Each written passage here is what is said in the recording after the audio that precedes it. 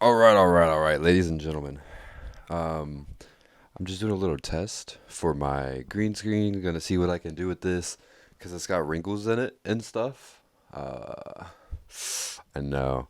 I just got like a cheap $12 one. It's like 6 by 9, but I didn't get a stand or nothing, and I didn't flatten it out. I wanted something right away, and I got it.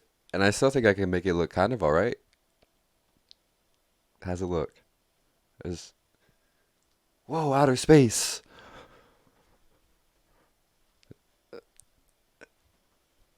Okay. All right, so I set a timer for 10 minutes on my phone. Boom, there it is. What's going to happen is as soon as I press start, I'm going to start rambling about a topic. So I was watching this show, NCIS. Um, it's a pretty good show, honestly. I'm a really big fan of the show. If you've seen it, then hey, that's what's up. If you've not, then you should see it. It's on Netflix. I don't know. People still have that. That's still relevant. I know, you know.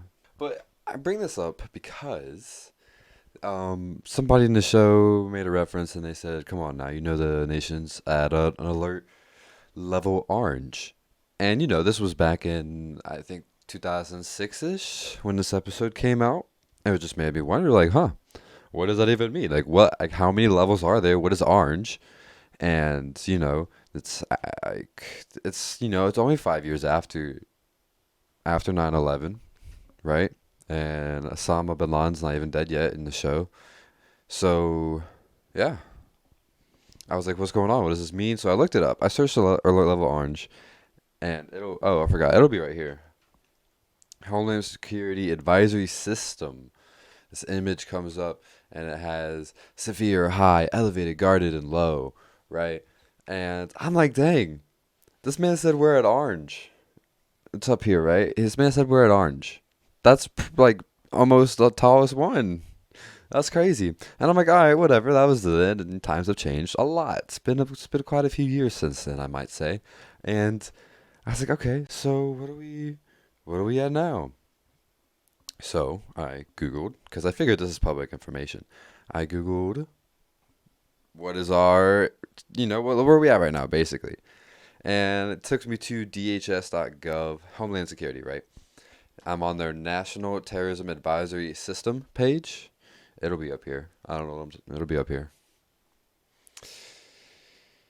Is designed so it's saying that the National Terrorism Advisory System is designed to communicate information about terrorist threats by providing timely, detailed information to the American public. Oh yes, for sure. It goes on, and y'all feel free to read it. I'll put the link in the description. But then it takes us to the bulletin, right? Current advisories. This is going to be our most recent, deciding on where we stand. Because I was just curious, I was like, where do we stand, right? Okay. So, this is the National Terrorism Advisory System Bulletin, June 7th, 2022. The United States remains in a heightened threat environment. What? Okay. Yeah, sure. Okay. As noted in the previous bulletin. Oh, yeah, this is consistent. Yes. We have, yeah, awesome. Consistently, we are orange. Heightened. And I'll explain why that's okay. And several recent attacks have highlighted the dynamic and complex nature of the threat environment. Oh, okay. And there's a lot to take from this. And I don't know why.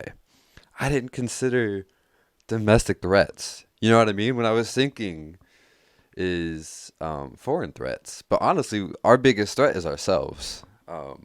And I wasn't even thinking about that. And reading through that, I was like, oh, I get it. Like, we got shootings. It's America. That's right. Okay. It's not funny. Um, in the coming months, we expect the threat environment to become more dynamic. What does that mean? What does dynamic mean, actually? Because I don't like I know what it means instinctually, but I need an on paper definitions because we all know they're very semantical. Is that a word? They're about their semantics, I guess. Everything is exact by definition on paper, blah blah blah. Okay. So dynamic through the dictionary says characterized by constant change. Wow. So what you're telling me is it's going to just continue in a state of entropy. Oh, that's nice. Okay. Activity or progress. Essentially dynamic. Constant, though. Nah. Constant change. Never stagnant. I'm stalling. Wait, I'm losing time. All right, we're going to go back. So a constant changing. So it's going to say, in the coming months, we expect the threat environment to become more dynamic, more of a constant change. How do you have... Okay, cool. More changes. And complex nature of the threat... Wait, what? Sorry, I can't read. Become more dynamic as several high-profile events could be exploited to justify acts of violence against a range of possible targets. I butchered that sentence, but what does that mean? What does that mean? We expect the threat environment to become more, more changes to it. Because more high profile events could be exploited to justify acts of violence.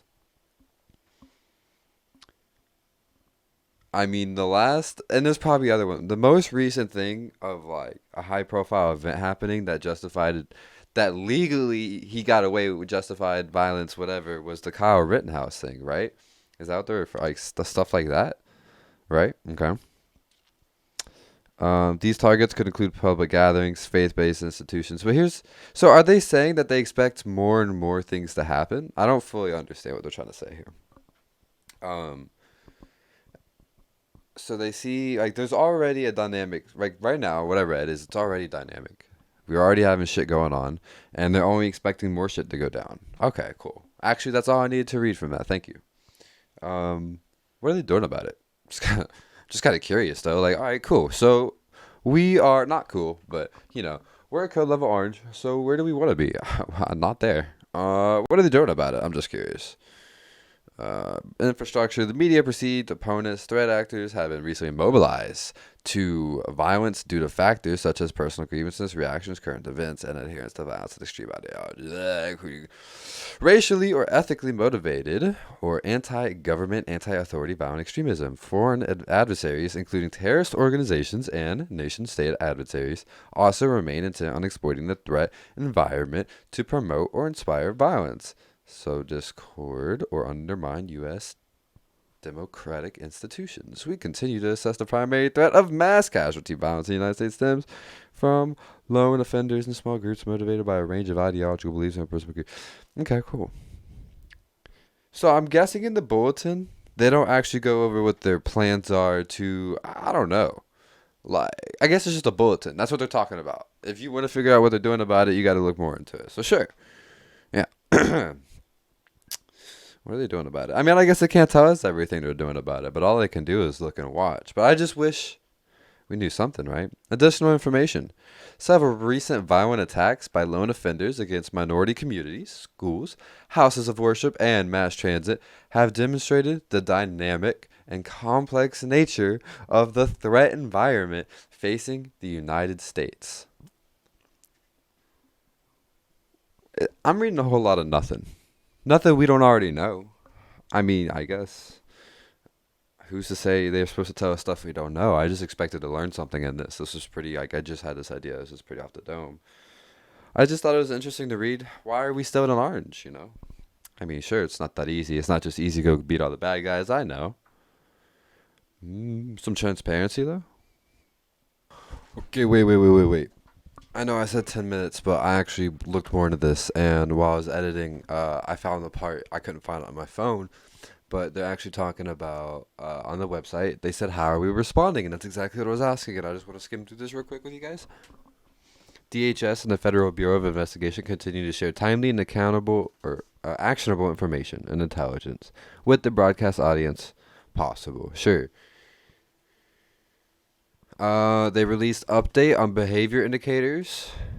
Their cybersecurity and infrastructure security agency works with government and private sector partners. Operations of critical infrastructure, soft target facilities, and public gathering places. So there's, same thing we already knew they're doing, really, still. CP3, they're educating the trained stakeholders on how to identify indicators of radicalized to violence where to seek help, and the resources that are available to prevent targeted violence terrorism. In 2021, CBD was awarded about $20 million in grants. It's TVTP grant program, through that program, yeah.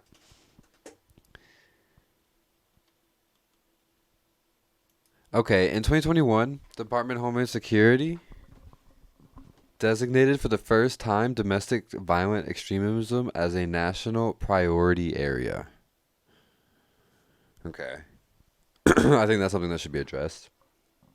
National priority. We're just getting to that in 2021 domestically. I mean, shit, what's going on? All right, that's all.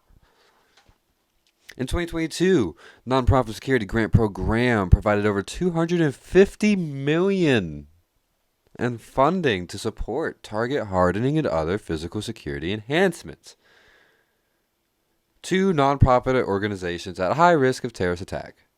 Okay, giving people money, making themselves look good. Okay. They're giving safety lessons around schools.